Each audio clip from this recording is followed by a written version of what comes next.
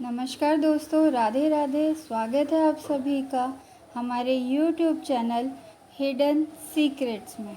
और दोस्तों, आप सभी को पता है कि करवा चौथ का त्यौहार आने वाला है और इसके लिए हमने आपके लिए करवा चौथ की थाली में किन किन चीज़ों की आवश्यकता होती है उसका एक वीडियो लाए हैं ताकि आप अपनी पूजा सरल और सुंदर तरीके से कर सकें।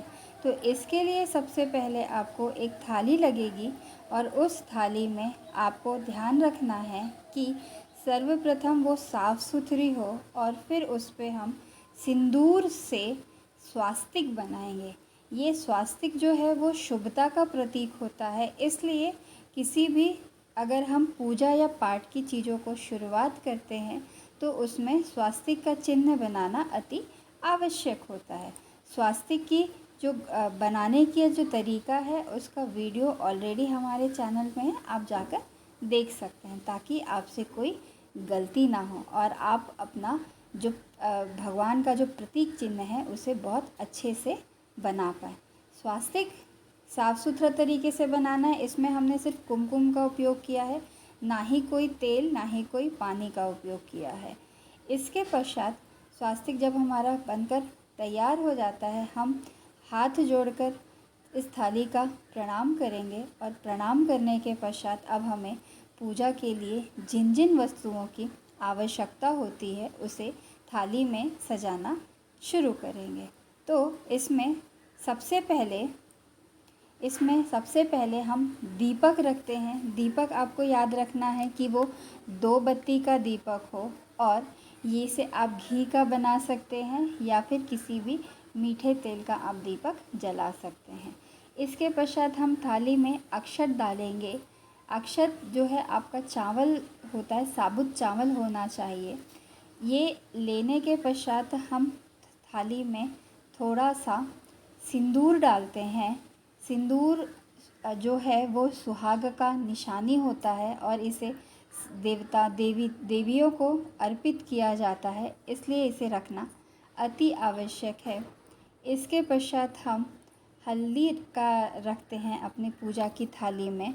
ये हल्दी भी आपका शुद्ध होना चाहिए।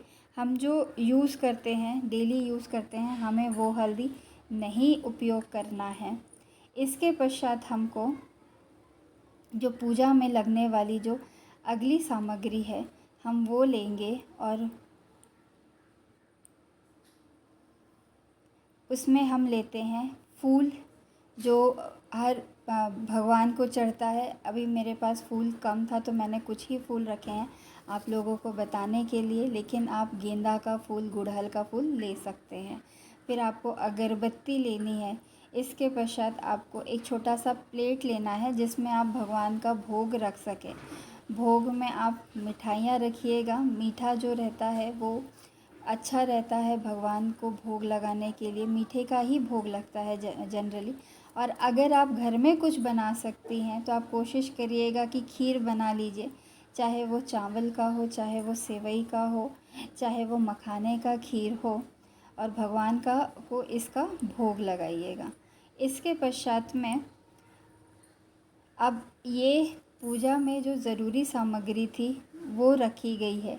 इसके पश्चात में हमें कलश तैयार करना होगा और उस कलश में हमें आपको याद रखना है कि हमारे पास में कलश जो है वो 2 होने चाहिए। एक कलश में हम गेहूँ भर कर रखेंगे और जो हम दूसरा जो कलश लेंगे उसमें हम पानी लेंगे। दूसरा ये सगरी है। सगरी आप लोग मिट्टी का उपयोग कर सकते हैं। मैंने जब अपना करवा चौथ शुरू किया था तो मैंने पीतल का ख़रीद लिया था, तो मैं उसी से ही अर्घ देती हूँ। इसके पश्चात में चलनी का उपयोग करेंगे पूजा करने के पश्चात में, जिसे हमें चंद्रदेव के दर्शन करने के लिए ज़रूरी होता है। ये करने के बाद में हमें एक लोटा चाहिए है जिसमें हम जल भर कर रखेंगे।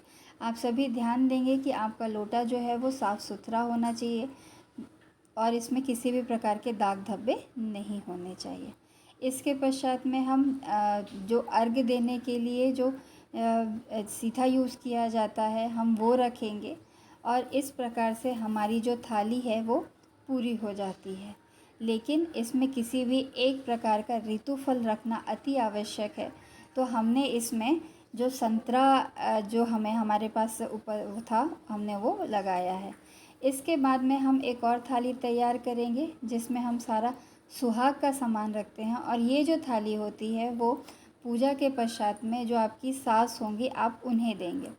तो सबसे पहले मैंने साड़ी लिया है, इसमें साड़ी के पश्चात में चूड़ी रखना है। इसके बाद में आपको सिंदूर रखना है और सिंदूर के बाद में आप लिपस्टिक रखेंगे। मतलब कि सुहाग का जितना सामान होता है वो आपको रखना है, ताकि आपका जो श्रृंगार है, जितनी भी चीज़ें आप अपने श्रृंगार में उपयोग करती हैं वो, जिसमें आपका सिंदूर, लिपस्टिक, काजल, मेहंदी, क्रीम, पाउडर, इसके साथ ही साथ आपकी चूड़ियाँ, आपका परफ्यूम या इत्र।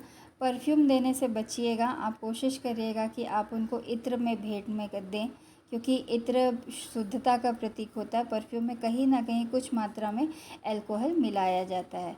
इसके में आप फिर बिंदी रखेंगे। बिंदी के बाद में आपको महावर ज़रूर रखना है। ये भी बहुत अच्छा प्रतीक है सुहागन पूरे 16 श्रृंगार का। और जो हमारा आलता या महावर है, ये आपकी चॉइस है, आप चाहे आलता लें चाहे फिर आप महावर लें। इसके साथ ही आखिरी में अगर आपकी क्षमता है तो आप कोई भी सोने या चांदी का जो आभूषण होता है, एक उसका दान ज़रूर करें, ताकि आपका जो यह पूजा है वो पूरी तरीके से पूर्ण हो सके। राधे राधे।